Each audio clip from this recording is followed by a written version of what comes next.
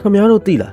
းလူနဲ့မြောက်မျိုးဆက်ပြီးမြောက်လူသားမျိုးကွဲအတစ်တကောင်ဖန်တီးဖို့အတွက်အမျိုးသမီးတွေရဲ့တအိမ်တွေကိုမြောက်တုပ်ပိုးတွေထည့်သွင်းမှုကြိုးပမ်းခဲ့တဲ့တမိုင်းဆိုးတစ်ခုရှိခဲ့ဘူးတဲ့ဆိုတာကိုအဲ့ဒီစံတက်ချက်ဟာလူသားမျိုးနွယ်ရဲ့ကျင့်ဝတ်စည်းကမ်းတွေအားလုံးကိုချိုးဖောက်ခဲ့ပြီးတိတ်ပင်ပညာတိုးတက်ဖို့ဆိုတဲ့ခေါင်းစဉ်အောက်မှာအကြီးတန်းမဲ့စွာပုံကွယ်ခံထားခဲ့ရပါတယ်အားလုံးပဲမင်္ဂလာပါ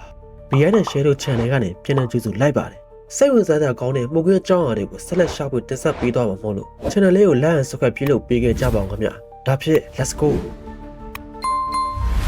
ဒီအဖြစ်ပြရဲ့အဓိကတရားခံကတော့ကွန်မြူနစ်ရုရှားအစိုးရရဲ့ပြောတော့နောက်ခံကိုအပြည့်အဝရရှိထားတဲ့တိတ်ပံပညာရှင်အီလီယာအီဗက်နော့ပဲဖြစ်ပါတယ်သူဟာတာမန်တိတ်ပံပညာရှင်တယောက်မဟုတ်ပဲနိုင်ငံတကာအသိအမှတ်ပြုထားတဲ့ထိပ်တန်းပညာရှင်တယောက်ဖြစ်ခဲ့ပါတယ်ဒါပေမဲ့သူ့ရဲ့ရည်ရွယ်ချက်ကတော့တဘာဝတရားကြီးကိုစန့်ကျင်ပြီးတွေးအေးနဲ့လူသားမျိုးဆက်တတော်ဝါတစ်ကောင်ကိုထုတ်လုပ်ဖို့ပဲဖြစ်ပါတယ်2024ခုနှစ်တုန်းကလည်းအင်တာနက်ပေါ်မှာရှားလောက်လို့အမည်ရတဲ့ငမန်းကြောကုန်းလေးပြငါးတစ်ကောင်ကြောင့်တကဘာလုံးလှုပ်လှုပ်ခက်ခက်ဖြစ်ခဲ့ဘူးပါတယ်အဲ့ဒီယင်းနေတတော်ဝါမာလေးဟာအထီးမရှိပဲပုံဝင်ရှိလာခဲ့ပြီးလူနဲ့ငမန်းနဲ့မျိုးဆက်ပြီးဝေးလာမဲ့တတော်ဝါတက်လို့ထင်ကြီးပေးခဲ့ကြပါတယ်ဒါပေမဲ့တကယ်တမ်းတော့ဒါတဘာဝလျောက်အထီးမပါပဲတတိတီးခဲ့တဲ့ဖြစ်စဉ်တစ်ခုသာဖြစ်ပါတယ်တပိုင်းတစ်လျှောက်မှာလူတွေကတလိษံတွေကိုပုံစံမျိုးမျိုးနဲ့မျိုးဆက်ခဲ့ကြပြီးတန်ဖိုးကြီးတတော်ဝါတွေဖြစ်ဖို့ရည်ရွယ်ချက်နဲ့ဖန်တီးခဲ့ကြပါတယ်မြင်းနဲ့မြီးကိုမျိုးဆက်ထားတဲ့လာအောင်မြင်ခဲ့တယ်လို့1980ပြည့်နှစ်တွေမှာအာဖရိကပြားနဲ့ဥရောပပြားကိုမျိုးဆက်ရာကနေလူတွေကိုအုပ်စုလိုက်တိုက်ခိုက်တက်ဖြတ်တက်တဲ့လူတက်ပြားတွေဖြစ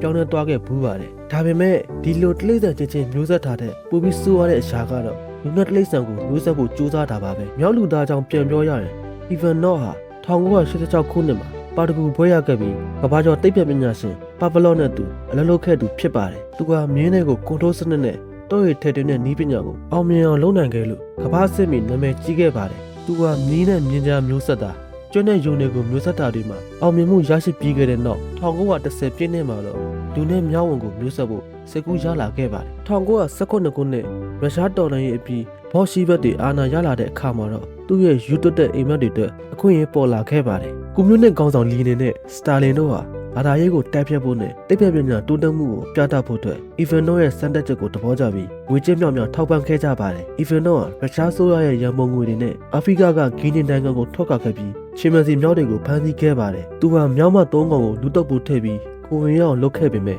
အောင်မြင်ခဲ့ပါဘူးအဲဒီနောက်မှာအာဖရိကကအမျိုးသမီးတွေကိုသူတို့ကိုယ်တိုင်မသိအောင်သဘောတူညီချက်မရှိပဲမြောက်တုပ်ဘိုးတွေကိုထိုးတင်ပြီးတတိတီကိုင်းမှုကြိုးစားခဲ့ပါတယ်အဲဒီချိန်ပြင်သစ်ဘီရင်ကန်ကဒီယွန်စရာစံတက်မှုကိုသိရှိသွားပြီးပြပင်တားဆီးခဲ့လို့အမျိုးသမီးတွေလွတ်မြောက်ခဲ့ရပါတယ်အာဖရိကမှာမအောင်မြင်ခဲ့တဲ့အီဗန်နော့ဟာချင်မစီကောင်း20ကိုတည်ဆောင်ပြီးရုရှားကိုပြန်လာခဲ့ပါတယ်သူဟာရုရှားမျိုးသမီးတွေထဲကမြောက်ကလေးမွေးပေးမဲ့စေတနာဝန်ထမ်းတွေကိုလိုက်လံရှာဖွေခဲ့ရမှာအားစရာကောင်းလောက်မျိုးသမီး9ယောက်ကတပေါက်တူခဲကြပါတယ်ဒါပေမဲ့အာဖရိကတည်လာတဲ့မြောက်တွေထဲက၄ကောင်မဲ့တက်ရှင်ကျန်းခဲ့ပြီးမျိုးဆက်ဖို့အတင်းပြတဲ့အချိန်မှာတော့တာစင်လို့မြင်ရတဲ့မြောက်အထီးတစ်ကောင်ပဲကြံပါတော့တယ်ဒီစံတက်မှုစတင်ပြီးမှာပဲအဲ့ဒီတာစင်ဆိုတဲ့မြောက်ဟာအုံနောက်တွေးယူစည်းမှုဖြစ်ပြီးတိတ်ဆုံးသွားခဲ့လို့စံတက်မှုကြီးပြပြခဲ့ရပါတယ်နောက်ပိုင်းမှာအီဗန်နော့ဟာအာဖရိကန်မျိုးသမီးတွေကိုတဘောတူညီချက်မရှိပဲစံတက်ဖို့ကြိုးစားခဲ့တာတွေပေါက်ကြားသွားခဲ့ပြီးအာရှတိတ်ပံဖွဲ့စည်းကလှုပ်ချခြင်းကိုခံခဲ့ရပါတယ်နိုင်ငံရေးသမားတွေကလည်းသူ့ကိုကြောက်ခိုင်းသွားခဲ့ပြီး1930ပြည့်နှစ်မှာလှုပ်ဝက်ပရိတ်တွေရဲ့ဖမ်းဆီးခြင်းကိုခံခဲ့ရကကာဇက်စတန်ကိုပြည်နယ်ပေးခြင်းခံခဲ့ရပါတယ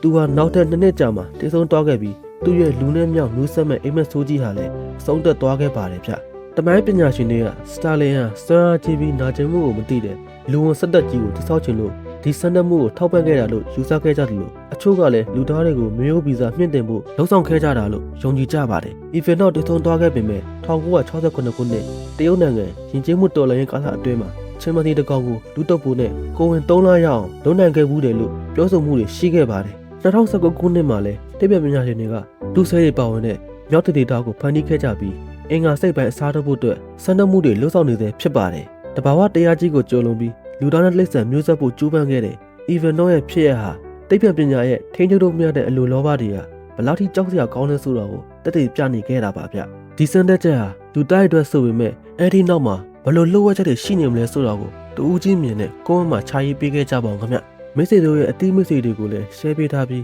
channel လေးကို subscribe ပြုလုပ်ပေးဖို့မေတ္တာရက်ခံပါတယ်ခင်ဗျ။ဒါဖြစ်နောက်ဗီဒီယိုမှာထောက်ရကြမယ်။ Bye